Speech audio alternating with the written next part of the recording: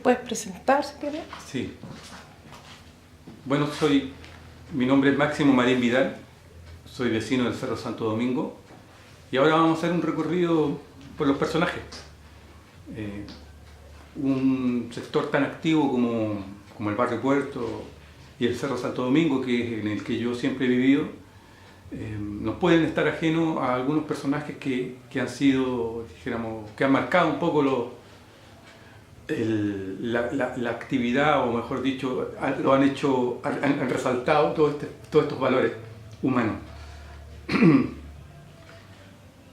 Algunos personajes de los que yo me acuerdo y de los que yo tengo, voy a partir algunos de la infancia. Por ejemplo, era el Caballero de los Dulces, que era un señor que vendía golosinas, vendía helado y también vendía calquitos durante ese tiempo. Él hacía un recorrido por todo el Barrio Puerto y para mí era bastante importante porque yo sabía más o menos cuáles eran las horas que pasaba por acá, por el sector de mi casa. Hacía un recorrido por lo que es Cordillera, Santo Domingo, Cerro Arrayán, incluso parte de Playa Ancha. Entonces, este señor era de los que yo podría considerar uno de los íconos de mi infancia, uno de los personajes más característicos, el Caballero de los Dulces. Otros personajes también eran los almaceneros. Estaba el almacén de la Matriz, ahí estaba Don Augusto, que ahora ese local, dijéramos, no existe un local ahí propiamente tal, sino que es la parte trasera del Santa Isabel. Allí también funcionó la Yolanda, la jabonería Yolanda, y este señor, Don Augusto, lo particular es nosotros comprábamos ahí, era un almacén, y él nos ofreció nuestros primeros dos mascotas, nuestras dos primeras gatitas. Una gatita primero, un gato machito primero, que nosotros lo trajimos por hembra y que después nos dimos cuenta que era macho cuando empezó a dar señales de estar alzado. Y mi gatita, la Pelusa, que le colocamos también el mismo nombre, siento el masculino, del Peluso. Y esos fueron los dos gatitos que nos regalaron ese señor. Hay otros personajes, por ejemplo,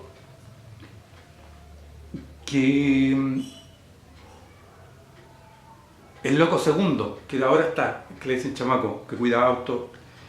Y de las cosas que recuerdo de él era que, bueno, él tenía problemas mentales, dijéramos, una suerte como de retardo. Pero se había criado en la calle, así que tenía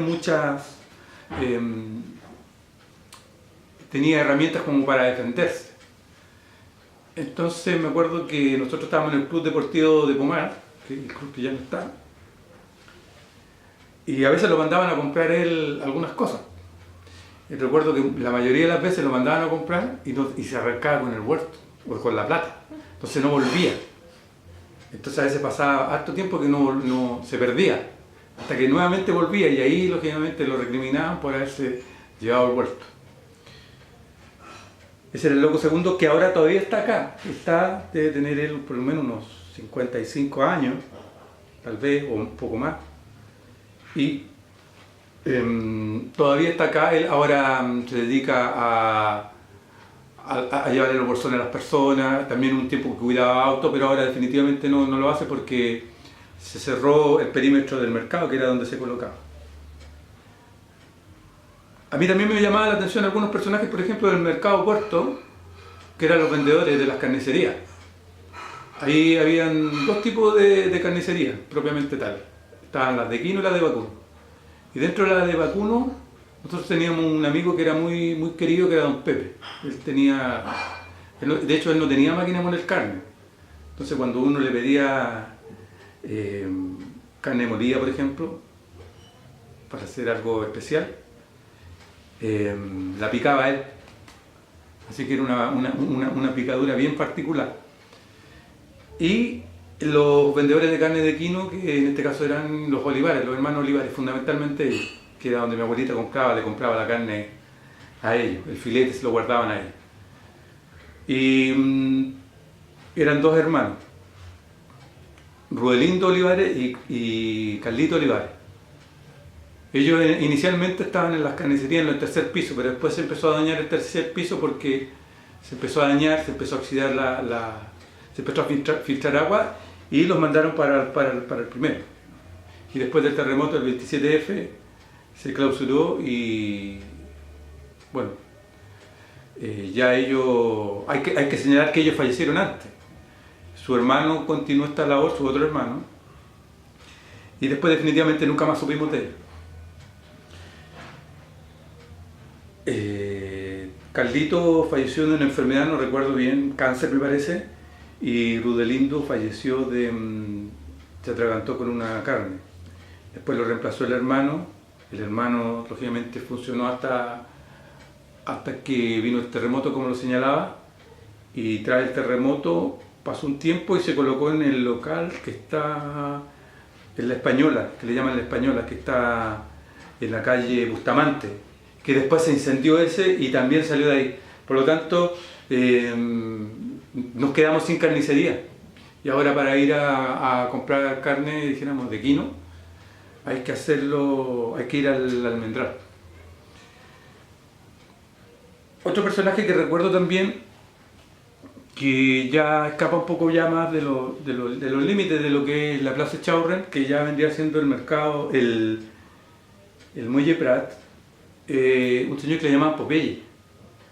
Este señor era un señor mayor, de unos sobre 60 años, 65 años, y que tiene la particularidad de que él, la manera que tenía de pedir dinero era de la siguiente manera. Él no cantaba, no hacía ninguna actividad artística. Él lo que hacía era tirarse desde lo alto del muelle al mar con ropa.